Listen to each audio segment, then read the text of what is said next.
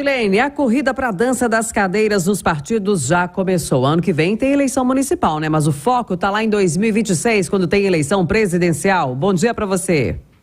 Bom dia, Kátia. Bom dia, Eustáquio. Bom dia aos nossos ouvintes. Exatamente. Os partidos já iniciam suas movimentações visando as eleições de 2026 e também, claro, as eleições de 2024. Mas essas mudanças acontecem ou aconteceram antes. Agora os partidos estão focados em aumentarem suas bancadas federais e estaduais e por isso iniciam uma movimentação. O PSB, por exemplo, em Minas Gerais, vai trocar o seu comando. O partido é presidido no âmbito estadual pelo ex-deputado Mário Assad. Só que essa presidência já vai ser substituída. O presidente nacional do partido, Carlos Siqueira, já avisou Mário Assad que ele não permanece à frente do PSB, que o comando será trocado e deve assumir o comando do partido algum deputado. O PSB, que é o partido de Geraldo Alckmin, vice-presidente da República, já está em conversa com vários parlamentares, dentre eles Igor Timo, deputado federal, que é do Podemos, e Noraldino Júnior, que é do Republicanos, que era do PSC. Esses dois deputados conversam com o PSB e um deles pode ir para o partido e assumir o comando, porque essa é uma condição que alguns parlamentares estão colocando para o PSB. Eu só vou para o partido se eu tiver o comando. E ter o comando para quê?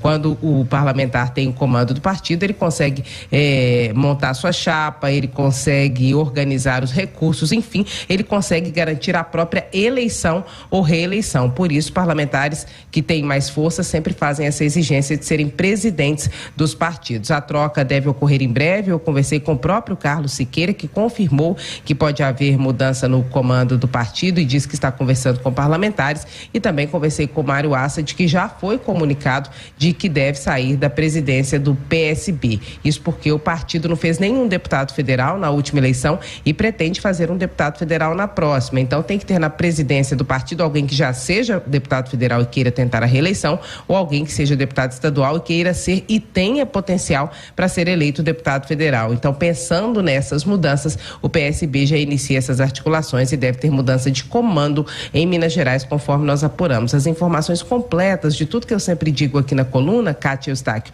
estão no site da Itatiaia, itatiaia.com.br, coluna da Edilene Lopes. E quando é matéria, na página do site, normalmente na capa, fica lá a matéria com as informações todas que nós aqui informamos e que também analisamos. Oi, Edilene, como que os parlamentares avaliam, os parlamentares especificamente do PL, né, avaliam a ida do ex-ajudante de ordens de Bolsonaro, Mauro Cid, à CPMI dos atos do dia 8 de janeiro? Kátia, eles comemoraram ontem, ao fim do dia, a participação de Cid na CPMI do 8 de janeiro. Isso porque ele permaneceu em silêncio durante todo o tempo, embora isso seja considerado descumprir a lei, porque ele foi convocado na condição de testemunha. Quando é testemunha, a pessoa só pode ficar calada se for dizer algo que a incrimine. Se a pessoa for um investigado, pode ficar calada o tempo todo, porque tudo que ela disser pode incriminá-la. Mas se for como testemunha, só pode ficar calada em alguns momentos. Quando perceber que a pergunta que foi feita pode gerar uma resposta que pode prejudicá-la. Mauro Cid decidiu não falar nada. Ele ficou calado o tempo todo e bolsonaristas comemoraram. Isso já é um indício de que, se ele abrisse a boca, possivelmente podia incriminá-lo e também incriminar o ex-presidente Jair Bolsonaro. Houve uma estratégia para tranquilizar Cid, para que ele não falasse algo que pudesse prejudicar Jair Bolsonaro. Houve uma corrente de apoio. Ontem, vocês vão perceber que, inclusive, a Itatiaia veiculou uma entrevista com o Eduardo Bolsonaro. Ele falou com a imprensa inteira,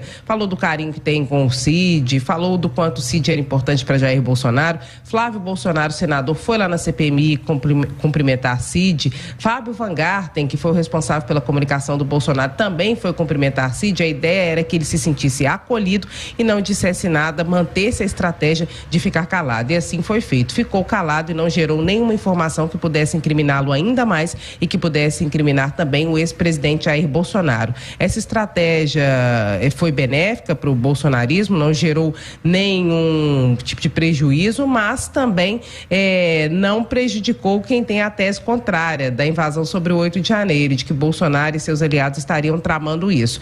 Tanto é que ontem o ministro da Defesa, José Múcio, foi ao Senado justamente no dia do depoimento de Cid. Eu, sem querer, trombei com ele na porta da presidência do Senado Senado, o abordei, ele falou com a Itatiaia e disse que não tem preocupação nenhuma, que está à disposição se for chamado para ser ouvido na CPMI. Vamos lembrar que a acusação do bolsonarismo é de leniência em relação ao governo federal, à gestão de Lula. Eles acreditam que houve uma conivência com essa invasão para que o governo se fizesse de vítima depois da quebradeira do 8 de janeiro. José Múcio disse que o que as Forças Armadas querem é que tudo seja esclarecido e que ele mesmo está à disposição para falar. Ou seja, integrantes do governo Lula permanecem tranquilos, enquanto bolsonaristas ontem comemoraram Mário Cid, mas já estão sendo acusados internamente de terem dado um tiro no pé. Na briga que teve no grupo de WhatsApp do PL, por causa da votação da reforma tributária, que bolsonaristas acusaram colegas que votaram a favor da reforma de traição, o deputado federal Samuel Viana, por exemplo,